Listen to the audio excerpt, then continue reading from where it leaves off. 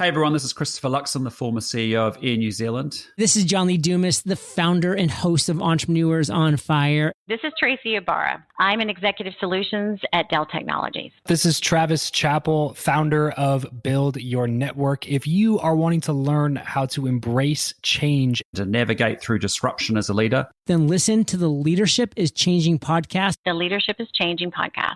the Leadership is Changing podcast with my good friend, my very good friend, Denis Giannoutsos. Welcome to Leadership is Changing.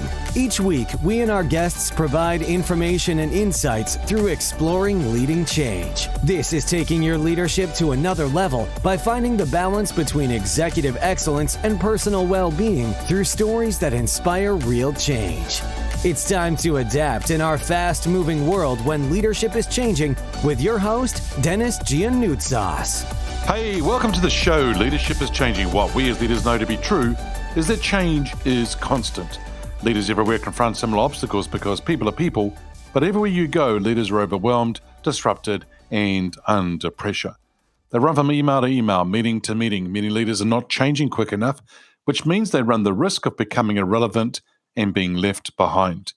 The purpose of the show is taking our listeners' leadership to another level by finding their balance between executive excellence and personal well-being through stories that inspire real change. I believe we don't have enough effective leaders in the world today, and if we get the leaders to step up and lead change, then they can inspire real change. Hey listeners, it's now time to adapt in our fast-moving world, and I want to welcome you to today's show. It's an Ask Denis freestyle episode. Now, if you haven't already checked out the Facebook group or the LinkedIn page, go ahead and join that group. We'd love to see you on those different platforms for sure. So, the Ask Denis episode, it's a freestyle episode where I'm asked a question by our listeners, or I share my thoughts, insights, and experiences from working with many leaders around the globe. All right, team, today's session is going to be around the question around, well, the actual statement of slow down to go faster. And this is something that I work with a lot of leaders and teams about in relation to this because it's actually quite interesting to see what actually happens. You see, we're always on. There's so much happening in our lives at the moment. And it has been for many years. As technology develops, we find things are getting faster. Change is, as I said in my opening, it's constant. Things are getting faster. If you've got a mobile phone, people are always pinging you, ringing you. There are demands on us as leaders, as individuals. There are certain expectations we have or others have on us. We've got emails and people want you to respond. We have our own team and our own customers who are demanding things from us and having those expectations. So, in a nutshell, so much is happening and it's getting faster and faster and faster. Another example is some people are working long hours. They may not be achieving a lot, but they tend to be out there working a lot. And so, it's almost like the old analogy around spinning plates. If you're spinning too many plates, then you end up having them wobble and fall off and not achieving much at all. If you're working lots of hours, there may also be the same thing too. You could probably do that in less hours, but yet again, you may say to me, but I've got so much in my job and I've got so many things I need to get done. And I get that. The thing here is, for a lot of us, we just do hours on top of hours on top of hours, and you're working away, and next when you look up and it's 7 p.m., 8 p.m., and you think, gosh, I haven't even had lunch, haven't even had dinner. It takes us away from our family time and our own personal time as well. Sitting at a desk, if that's what your job is, or working long hours, even something that's more active in job, can be actually tiring. And so what actually needs to happen is that we need to probably slow down to be able to go faster. If you think of it of an analogy with a car, if there's a car in Formula One, or if you see it in the street and the car's going quite fast and it's speeding, for a car to go around a corner or a bend, it tends to slow down. The driver tends to sort of line the car up and actually will then slow things down, may even change gear to go around that bend or that corner. If you think about those cities that have trams, the tram, if you're at a bus stop, may actually slow down for you to jump on. You might even find that if you're in a new role and you're joining an organization, the team may slow down a bit for you to be able to jump on to the team, into the role, and get things going before you take off and start going faster. So I've got 5 steps here that I want to go through with you. And listeners, as I go through this, feel free to take notes. But these are 5 steps that I think that we can do to go slow to be able to go faster. And the 5 steps are, number 1, stop. As I said before, we're always on. But at times, we might just need to stop physically and mentally. Just stop. And maybe we need to, number 2, then, is to step back. In other words, get out of the weeds or get out of the business or get out of the role that you're doing and sort of step back. In fact, what we might need to do is to be able to work on the business or work on ourselves or work on the role, what we're doing as leaders for sure. The third thing is we've got the end picture. What is our goal? What are we wanting to achieve? What is that end goal for us?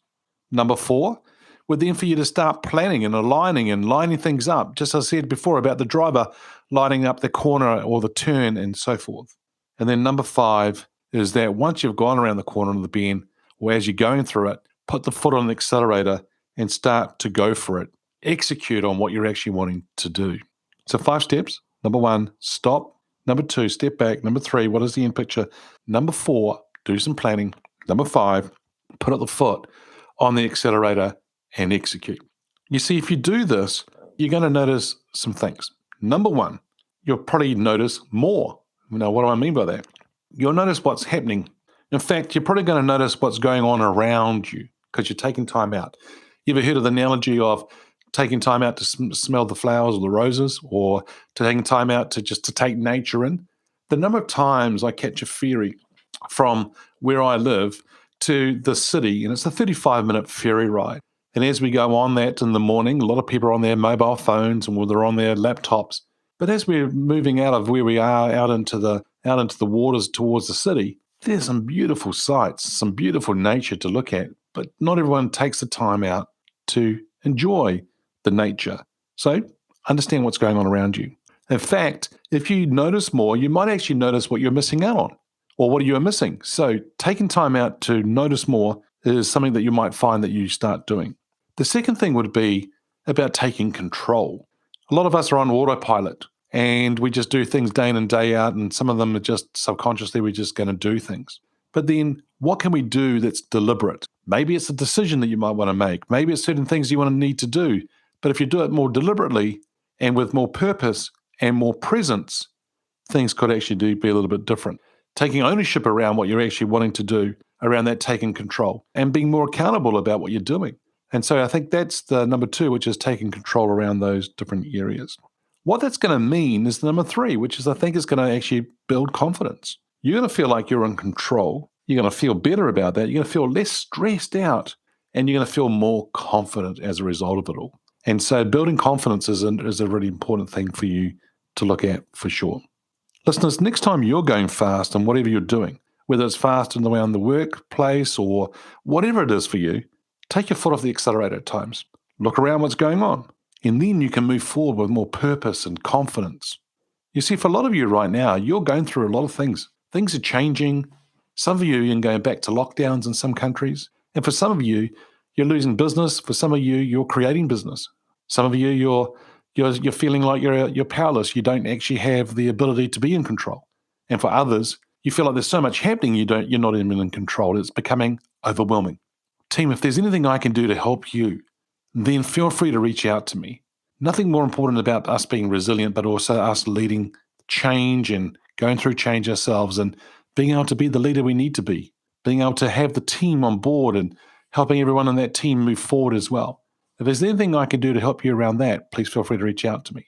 If you're in a situation right now whereby you're thinking, there's a turning point in my life, in my career, maybe I want to go off and do another senior role or go to a more senior role or go to a larger organization. Maybe it's time for as a turning point for you to go, you know what? I just want to go and start my own business. Maybe I want to buy a business. There's all sorts of things for you to do. If you need any help around that, feel free to reach out to me anytime, team. Send me an email, send me a private message, so then we can talk about this and help you along things. Listeners, if you haven't already checked out the Facebook group or the LinkedIn page, Leadership is Changing, feel free to come along to those platforms. We would love to see you there and create some dialogue with you in relation to leading change and change in itself, resilience, team building, the mindset of a leader, the mindset of very successful people in life. It'd be just great for you to be on those different platforms. The other thing I would say to you is about taking time out to drink water. That's what I've just done. I've just drunk some water. We all need to drink water more. And if you can do that, team, that along with some sleep and along with the things that I've just shared with you today about slow down to go faster, then things will be in more control for you. And it's going to be an awesome scenario for you to go through. Hey, listeners, what we as leaders know to be true is that change is constant. Change is incredibly scary, especially with the unknown and unfamiliar territory. It's time to adapt in our fast-moving world when leadership is changing. Hey, look out for the episodes as they're being released. Download them, have a listen, put a review and a rating. Feel free to share them with your friends, your family, your network. Hey, if there's any feedback you'd like to give me about the show, or if there's a question you have for my guests that I interview, or if you have a question for the Ask Denis Freestyle episode, send me an email, dennis@leadingchangepartners.com. Hey, listeners, it's always a pleasure being with you. Thanks for tuning in. Until next time, bye for now. Thank you for listening to this episode of Leadership is Changing with your host, Denis Giannoutsas. Each week, we and our guests provide information and insights through exploring leading change, inspiring executives and leaders to adapt and lead a bigger game in a fast-moving world.